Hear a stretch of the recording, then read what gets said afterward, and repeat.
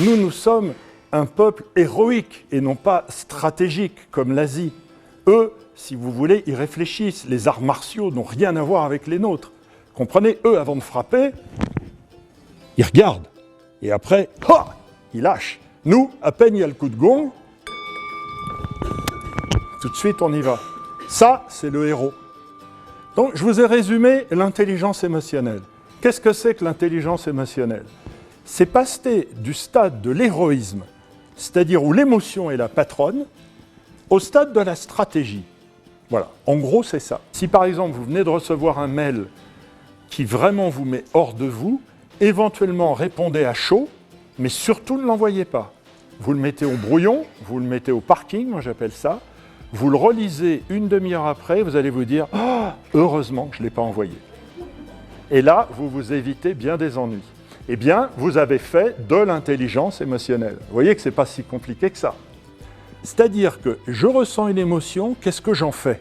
Mais il ne s'agit certainement pas de l'annihiler. Il ne s'agit certainement pas de la supprimer. Il s'agit simplement de devenir intelligent avec son émotion. Nos émotions sont nos alliés. Toute émotion est un cadeau. Arrêtons de dire « je ne veux pas avoir d'émotion ». À quoi servent les émotions? Émotion, ça veut dire mettre en mouvement. Emotion, ex motere. Je mets en mouvement.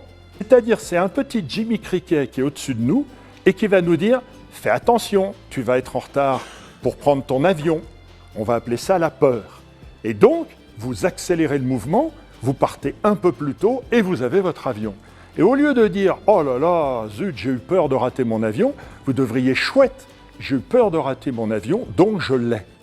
C'est que l'émotion fait partie structurante de notre bien-être. C'est-à-dire que sans émotion, vous et moi, dans le monde dans lequel nous vivons, on ne pourrait pas vivre, allez, disons, plus de 10 minutes.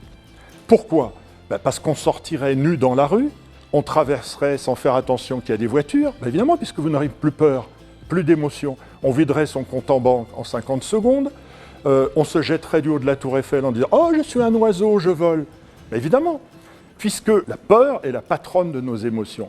Eh bien, l'enfant naturel, c'est la prudence. C'est-à-dire, la prudence est justement le côté positif de nos émotions qui va nous permettre justement de ne pas commettre d'erreurs pour notre survie. Il faut nettoyer le vase régulièrement. C'est une question d'hygiène. En fait, l'intelligence émotionnelle, c'est de l'hygiène énergétique. Et donc, il faut éviter qu'un jour, la goutte d'eau fasse déborder le vase, c'est-à-dire qu'à force de ne pas avoir nettoyé votre zone de transit, la moindre remarque que va vous faire quelqu'un va vous faire péter un plomb, ce qu'on appelle. Et donc, il est très important de ne pas parler en temps réel, parce que là, en temps réel, on est capable d'être sur le registre émotionnel pur, mais peut-être, un quart d'heure après, de revenir dessus et de dire « il faut que je te parle, j'aimerais qu'on revienne sur ce qu'il s'est passé ». Et à ce moment-là, « il faut que je te parle » sera beaucoup plus calme. Vous voyez, par exemple, Marie Laforêt, que j'ai produite en 1992, pour son dernier album, avant qu'elle arrête la chanson, m'a confié qu'elle avait été violée à l'âge de 12 ans. Et je lui ai dit « mais Marie, tu n'en as jamais parlé ?» Elle me dit « écoute, j'ai pas osé ». Je lui ai dit « mais tu devrais écrire quelque chose à ce sujet maintenant ». Et en fait, il y a 15 ans, elle a écrit un livre, ça s'appelait « Avant de chanter ». Et ce livre a été remarquable. Elle m'a envoyé un mail, elle m'a appelé, elle m'a dit « tu sais Bernard, tu avais raison, le fait de le mettre en mots, ça m'a permis, quel dommage que j'ai attendu 50 ans ». Voilà, c'est-à-dire qu'il est important de nettoyer le vase tant qu'il est temps, parce qu'après, on garde des choses qu'on appelle des marqueurs somatiques négatifs, et ça va être 3 à 4 fois plus difficile de le détruire après. Vous voyez, il y aura une espèce de rancune, il y aura quelque chose qui sera en nous, et là, ça va rentrer dans votre corps. Avant, ce n'est que dans le mental, ce n'est que dans votre émotion. Tandis que là, ça va rentrer dans votre corps, si c'est du stress par exemple, dont vous n'osez pas parler, et là, vous pouvez arriver au burn-out. Le burn-out, ce sont souvent des gens qui sont ce qu'on appelle en surcharge cognitive, c'est-à-dire qui prennent en eux des choses dont ils ne parlent pas, ils n'en parlent pas, ils n'en parlent pas. Un jour, le vase, il est complet et il pète. Et à ce moment-là, ça devient un effort énorme. D'où l'intérêt, en réunion, d'oser dire régulièrement. Voilà, que ce soit avec votre chérie ou en entreprise, ça marche pour les deux. Si vous voulez, la mauvaise habitude se prend le 22e jour. C'est-à-dire, si votre enfant, vous avez envie de lui dire « mais lève le coude quand tu manges », vous avez 21 jours pour que ce ne soit pas engrammé dans son corps. Si vous attendez trop, il aura pris ce qu'on appelle un mauvais pli. Et maintenant, on le voit. Donc l'intelligence émotionnelle nous dit « tu disposes de 21 jours pour corriger la chose ».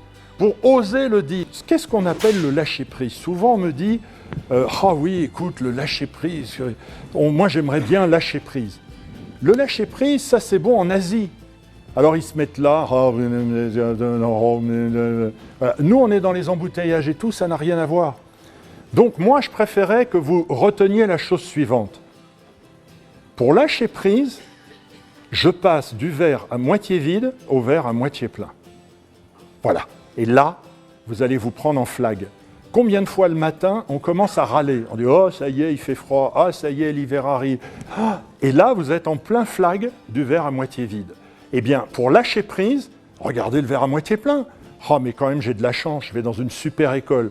Je fais partie d'une super association. Puis en plus, il y a un mec qui m'aime. Et puis j'ai des études. Et puis j'ai un pouvoir d'achat, etc. Ouais, puis pour mon âge, je suis pas si mal. » Et à ce moment-là, vous switchez. Ce que vous avez compris.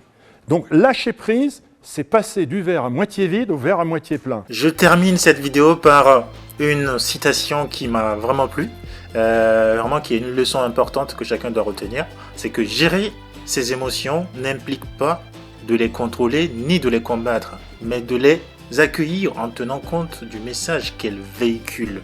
C'est vraiment le message très important à retenir ici. Cette citation de Serge Desjardins est vraiment une leçon qui résume un peu tout ce qu'on vient de dire. Cependant, ce qu'il faut retenir aussi, c'est que chaque émotion est une énergie latente. La clé est de transformer l'énergie de l'émotion en action constructive pour réussir au quotidien. Merci de m'avoir suivi jusqu'ici. Merci à tous les abonnés de la chaîne. Franchement, sans vous, cette chaîne n'existera pas. Donc, les gens qui visitent notre chaîne et qui ne sont pas encore abonnés, vous verrez le bouton qui est rouge. Si c'est gris, c'est que vous êtes abonné. Mais si c'est rouge, c'est que vous n'êtes pas abonné.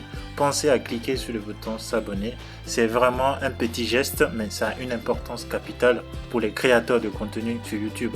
Ce résumé, par exemple, nous a pris beaucoup de travail pour le condenser, pour le synthétiser. Si ce contenu vous a intéressé et que vous n'êtes pas abonné, merci de le faire. C'est vraiment important, comme je me répète, mais c'est vraiment important. Je compte sur vous, je compte sur toi pour le faire. À bientôt pour de nouvelles vidéos avec plus d'énergie.